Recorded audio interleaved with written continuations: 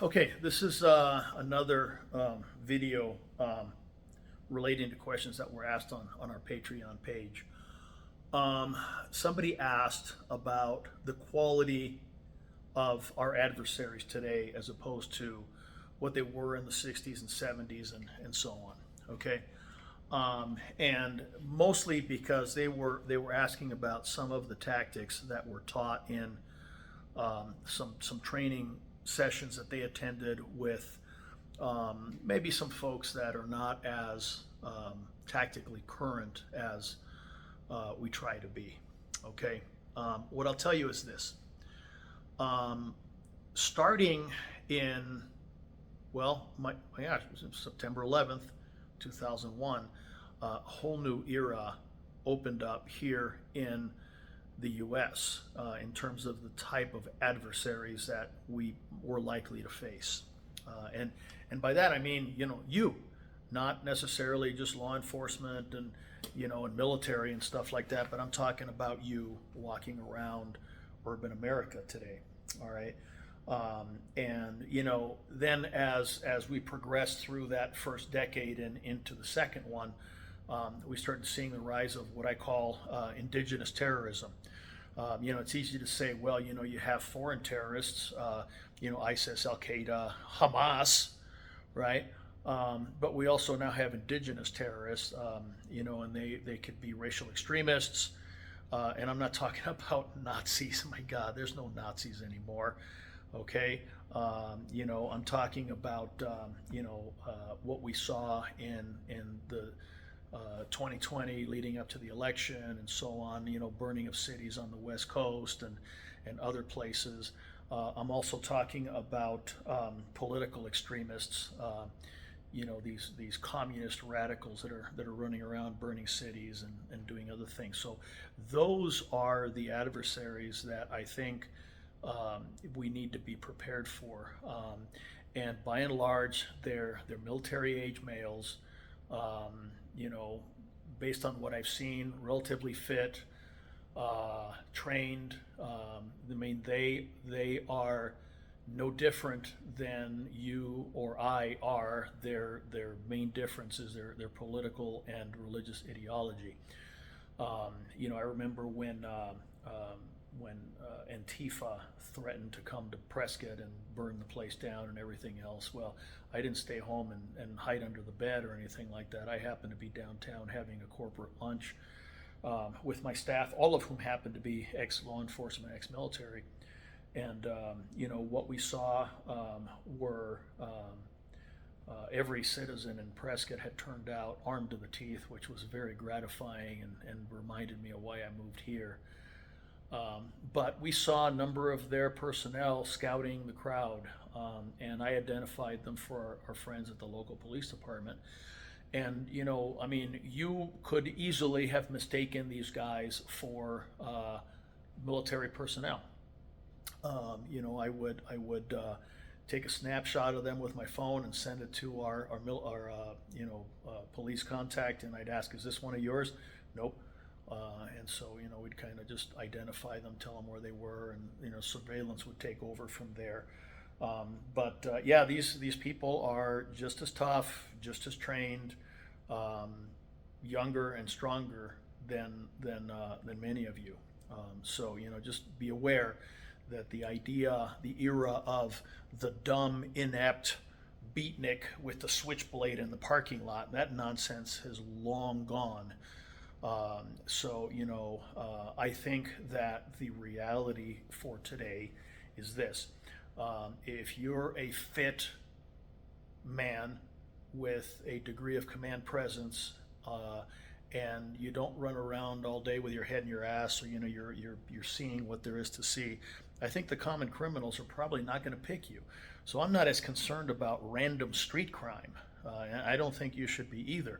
Unless you look like an easy mark, then maybe you should. But then maybe the real answer is, don't look like an easy mark. Look tougher. I think it was Farnham, maybe somebody else. But if you look like food, you're going to get eaten. So there's a lot of people running around looking like food, just arming themselves. Well, wouldn't it be easier to just not look like food? And it takes a lot more than just, walking around like this. Gazelles are always on the alert and they still get eaten. Okay. So, maybe if you're a fat kid, well, learn how to eat better. Okay. And go to the gym and lift weights and stuff like that. So you don't look like somebody that's easy.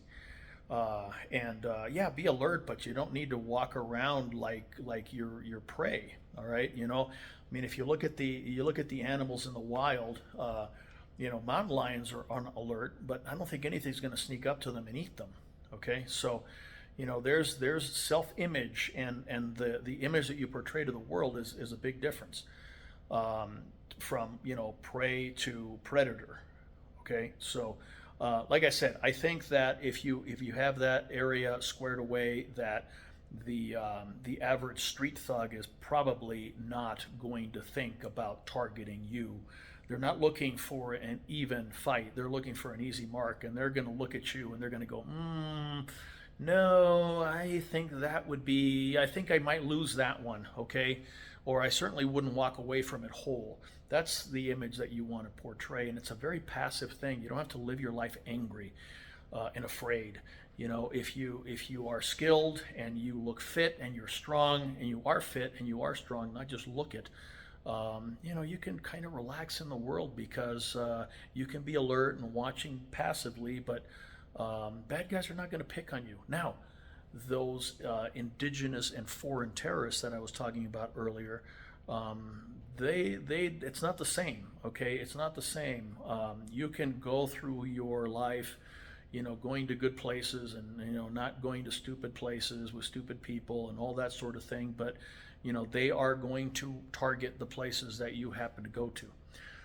So instead of thinking that the world is like it was in the 1970s, you have to understand the world is different today. In 2024, God knows what we'll have going on next year. But your armament has to be equal to the task. Okay, so the guys that roll around with an 8-shot pistol because it's convenient and everything else, you might want to rethink that. Okay, carry something large that you can fight with. Like for example, I have been carrying my CZ SP01 as of late. People say, "Oh my God, it's a heavy pistol." I haven't found that to be the case.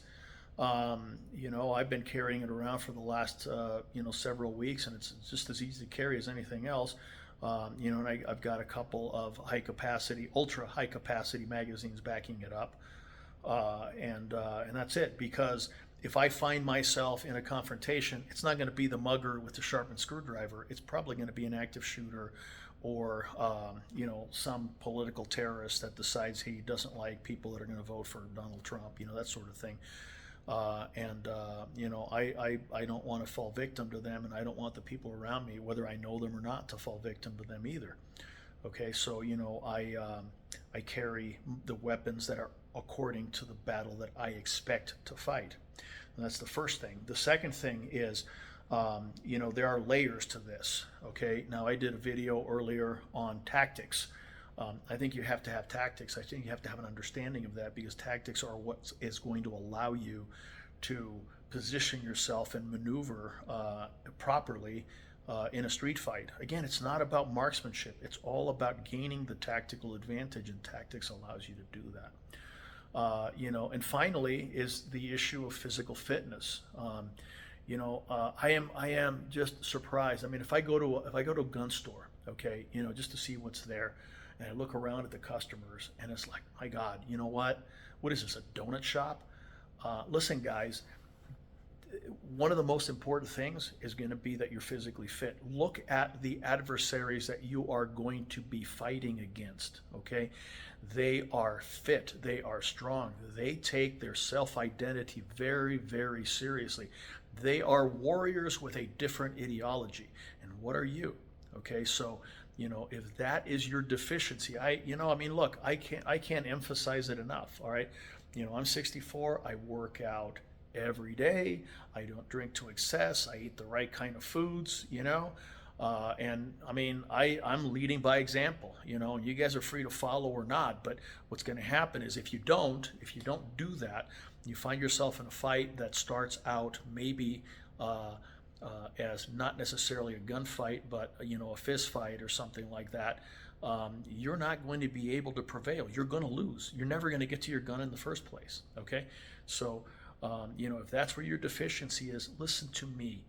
Take steps to fix that now. Okay, so yeah, fitness, tactics, proper armament, and understanding of what the battle space is like today in America, not like it was back in the '60s. You know, and that's it. And then you hope for the best, but you will be hoping for the best from a very prepared and capable position, from a position of strength. It won't be empty hope. It'll be hope based on what you have set the stage for, which is victory. Okay? Anyway, that's it. That's my opinion. If I hurt your feelings, too fucking bad. All right? Peace out.